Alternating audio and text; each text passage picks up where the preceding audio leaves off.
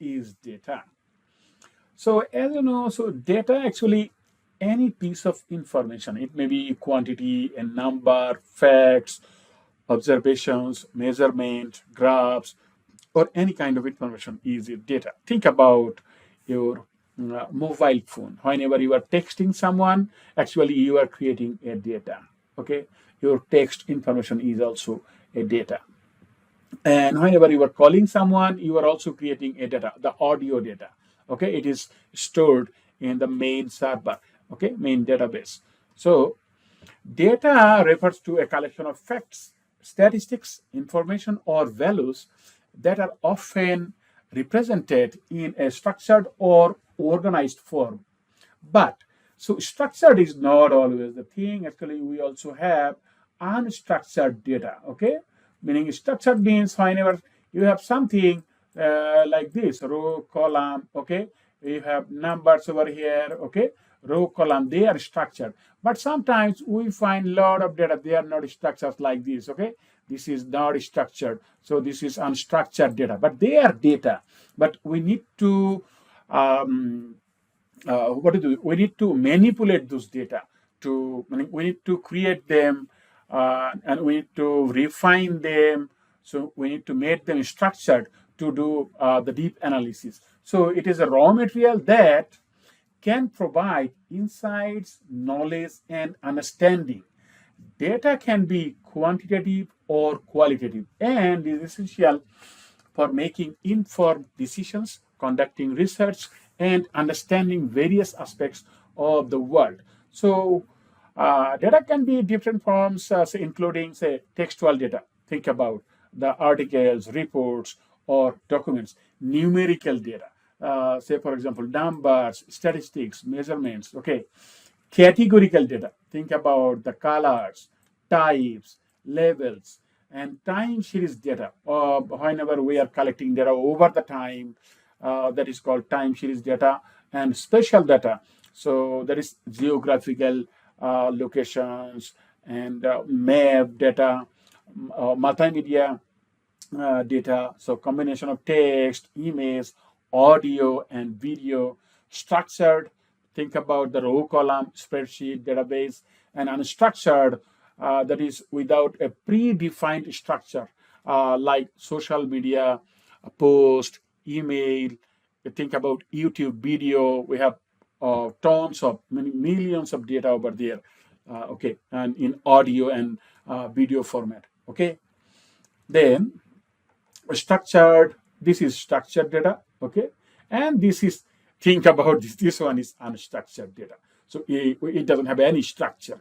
So we have data, but they are in different forms. So whenever we want to get some insights from these data, we need to make them structured. Okay. Now come, we will discuss about what is data analytics and how data analytics affects business, and what is the accountant's role in data analytics, how data analytics affects accounting, then impact cycle. Okay, impact model. See, what is data analysis? The first thing, so what we can see over here, we can see a very simplified income statement of Amazon for the year 2017 and 2016. Okay, we can see that revenue, cost of revenue, then and some other expenses. Finally, we have the net income numbers. Okay, but we have some questions. Say, for example, you have 15 years of data, 15 years of data for Amazon. Okay, so when you have 15 years of data for Amazon, then we want to have some insights from these 15 years of information. So we have some questions. Okay, so now let's see. So we have some questions, we have historical data of the business, and then we want to analyze or evaluate data to answer some questions. Okay, so finally, want to have a conclusion. So if we want to define that data analysis, so data analysis, in short, DA is the process of evaluating data with the purpose of drawing conclusions to address business questions. Okay. Now, so let me tell you something about the data analytics job. So there are huge amount of, see that this is the job trend. It started from 2006, and in 2012, see it is upward sloping. It is growing, meaning the job for data analysis. Okay, so the data analyst job. So I have collected this information for you, and see that the top one is the Python. Okay, and Excel is over here. So if you know Excel, your chance is also good. And then say R is the second one. Okay, meaning they are used in data analysis. Then the Tableau. Okay, and C++. Okay, and Excel.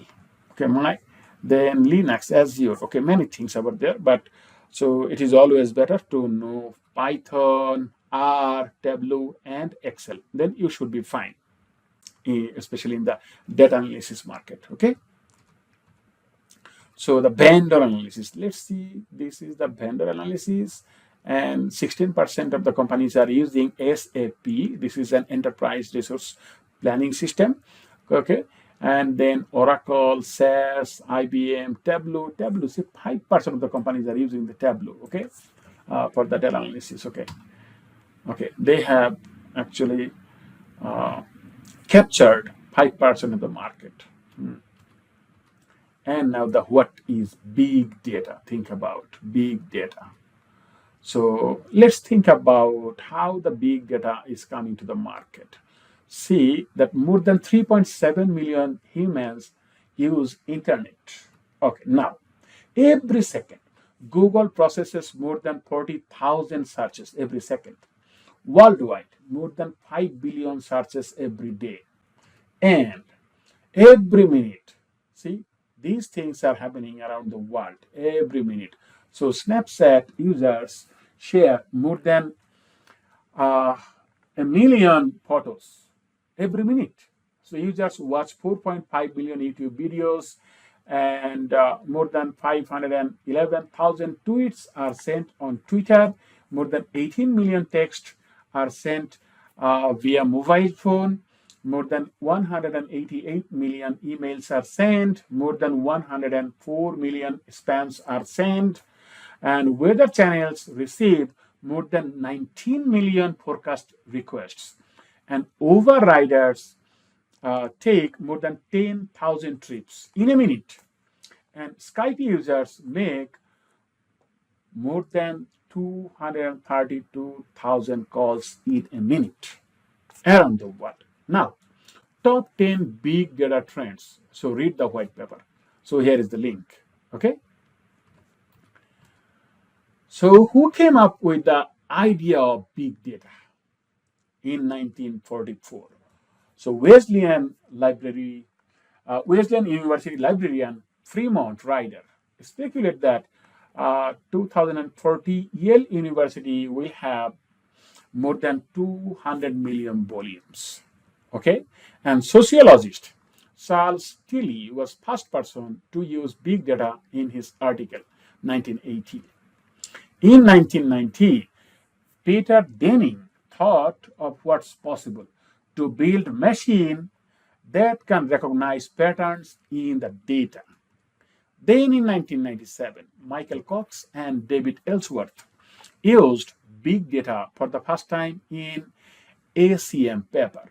1998, John Massey came up with the term big data in his paper.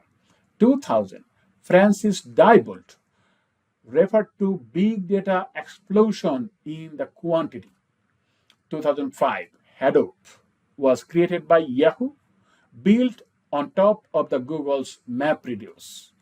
Okay, and then in 2008, Google processed 20 petabytes of data in single day. It was actually a benchmark. Actually, it was a milestone. Okay, Google did it in 2008, long time ago. And you know that the internet was becoming popular after 2007, actually 2005, 7. Okay, and 2013, 4.4 zettabytes of information was produced by the universe. See, 4.4 zettabytes. Okay, and now from 2016 to present, businesses are implementing latest big data technologies such as in-memory technologies to take advantage of big data. So reading a very short history of big data by Jill Press. Okay. So we already know in 2019, every minute of a day, this is what's happening around the world. Okay, and this is how the big data is being created.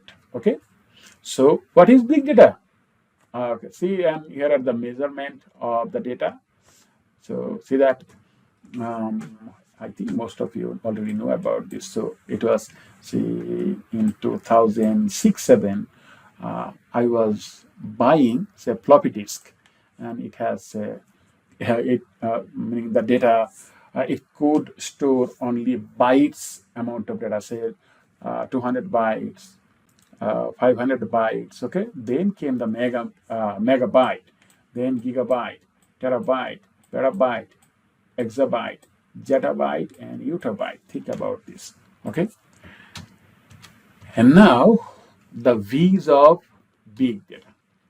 First V is volume, which refers to the size of data, the vast amount of data generated every second by organizations and consumers, meaning huge amount of data, volume, big volume.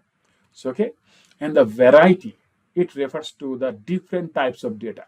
Data comes in numerous shapes and forms, and different forms of data. Think about audio data, video data, text data, image data, okay, variety of data. And the third one is velocity. It means the frequency of data creation, speed of data creation. Think about that. As we said, in every second we are creating zettabyte amount of data around the world, right? So the V's of the big data, three V's of the big data are volume, variety, and velocity. Volume means huge amount, variety, different types of data, and velocity means the frequency, the speed of data creation. Okay, these are the three V's. This is called Gartner's three V's. Okay, and IBM has added one more V's. So let's see what are the four V's from IBM. So volume, we already know the size. Variety, we already know the different types. And velocity is the speed. And the veracity is the fourth one, which is actually uncertainty of the data. It means that think about the information that you are collecting from Google. Actually, how do you collect data from the Google?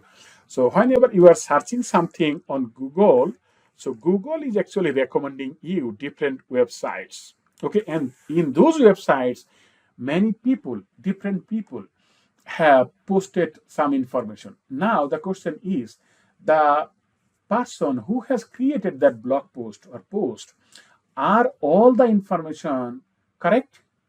So that is why we need to care about the veracity of the data, meaning the uncertainty of the data. In one survey, we're unsure of how much of the data was inaccurate. Okay, 27% of respondents said. Okay, so accuracy of the data. And now, warning: does big data mean those B's? No. Let's see what. So Gartner's big data definition consists of three parts, not to be confused with three V's. It has three parts. Okay. So what is the Gartner's definition of the big data? So big data is high volume, velocity, and variety information assets that demand cost-effective, innovative forms of information processing for enhanced insight and decision making. See that three parts. I have given them three different colors. Okay, and here what are they? Part one, three V's: volume, velocity, and variety. And part two, cost-effective and innovative information processing, meaning big processing of small data. And part three, enhanced insight decision making. Okay, so these are the three parts. And now, how data analytics affect the business? The first one, improve customer service. Second, increase profit. Improve decision making, definitely. So DA helps companies find value enhancing trends in data, and companies can make better decisions. So easy problem solving. Okay. Then mitigating risk and fraud and authentic data. So then what is the accountant's role in the data analysis? Okay, so according to the Journal of Accountancy's article, the next frontier in data analytics, CPS now often find themselves performing tasks that require skills in data analytics. Both internal and external auditors are using data analytics to enable practices such as continuous monitoring, continuous auditing, and analysis of full data sets in situations where only samples were audited. Meaning now we are auditing the whole population, not the sample only. So financial planning and analysis, uh, professionals analyze data in in the hopes of discovering the best course of action for their companies. And chief financial officers and finance leaders use big data to find patterns in customer behavior and market trends to drive company strategy.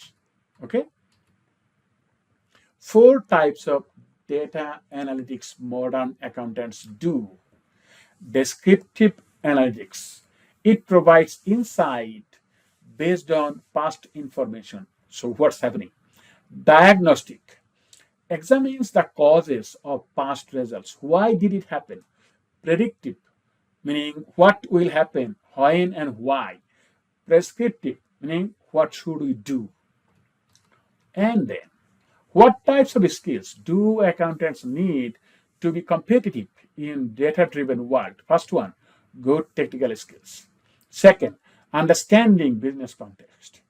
Third, analytical mindset. Okay, and the data analytics process, the impact cycle. The first one, identify the question. Second, master the data, perform the test plan, address and refine results, communicate insights, track outcomes. And this is called impact cycle. Okay.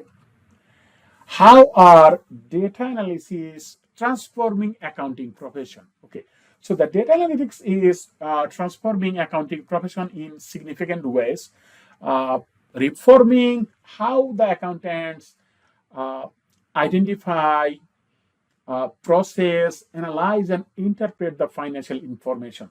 So let's talk about some key points. The first one, enhanced decision making. So which enables more informed decision making by providing real-time insights into a company's financial health, performance trends, and potential risks. Improved accuracy. So whenever you will be doing a lot of analysis, definitely your accuracy of the decision making will be better. And the fraud detection. So this helps the early detection and prevention of fraud, meaning the data analysis. And forecasting and budgeting. So if we can have an analysis of the entire data set, entire population, so we can make better decision, or we can forecast better, and our budget should also be accurate. Okay, so this improves the planning and resource allocation, efficiency and automation. And then auditing and compliance. Okay, this can lead to more comprehensive and insightful audits, improving compliance with regulatory standards, and customized reporting. Then cost management, strategic insights, career evolution, then real-time reporting. So the stages of data analysis. The first one, define the problem. Definitely, what is your problem? What questions you want to answer? You have to define first. Collect the data. Then, to answer the question, you have to collect the relevant data. Process the data. Definitely, after collecting the data, you need to process them. Okay. Then do the exploratory analysis. Then do the modeling. Okay, we will discuss more about modeling in our next class. Okay, and model evaluation after modeling or after creating your first model, you have to evaluate whether it is including all the variables needed. Okay, then the data interpretation and visualization, insights generation, actionable recommendations, then the implementation and monitoring, feedback loop. Okay, these are the 11 points we can discuss about the stages of data analysis, but there might be different types of stages, but it depends on the discipline, on the methods. Okay, so data analytics mindset. Okay, you have to have this mindset, and you should apply this one in everyday life. So the first one is curiosity and inquisitiveness. So approach data with a curious mind, asking questions to uncover patterns, trends, and insights. Then critically think. Then problem solving orientation. So if you have some data, so you should think about it critically. Then you will try to answer some questions. Okay, and you will try to solve a problem. Okay, and then quantitative aptitude. So develop comfort with working with numbers, statistics, and quantitative data. Attention to the detail. Pay meticulous attention to data quality, ensuring accuracy, consistency, and completeness. Detect and correct the anomalies or errors that can affect analysis outcomes. Okay. And the data literacy. Know the data. Data literacy means know the data clearly, meaning know the row, every single row, every single columns, know the variable, know the rows, and know the different types of data. Okay. Continuous learning. Definitely, we should uh, continuously learn and improve our skills. And holistic view means you should view holistically in the whole picture. Okay, creativity and innovation. So think creatively to generate new hypotheses and approaches for analyzing data. And collaboration and communication. So you should also collaborate with other scholars in the field, with other people who are also working in the field, who are also working on the same idea or same literature as you do, and try to collaborate and communicate with them. Okay, then ethical considerations. Definitely you have to be ethical. So handle the data responsibly and ethically, respectively, respecting the privacy, security, and compliance regulation. So flexibility and adaptability. Yeah, results driven approach, persistence, and resilience. How to apply the data analytics mindset? The first one, understand the context.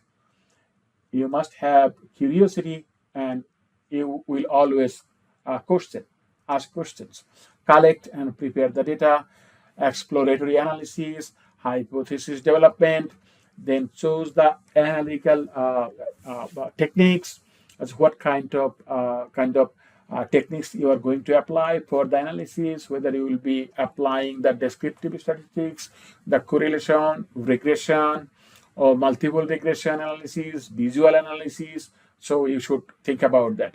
And the data modeling analysis, interpretation and insights, communicate the findings, make informed decisions, interactive approach, continuous learning, collaboration and sharing, as we said before, and ethical consideration.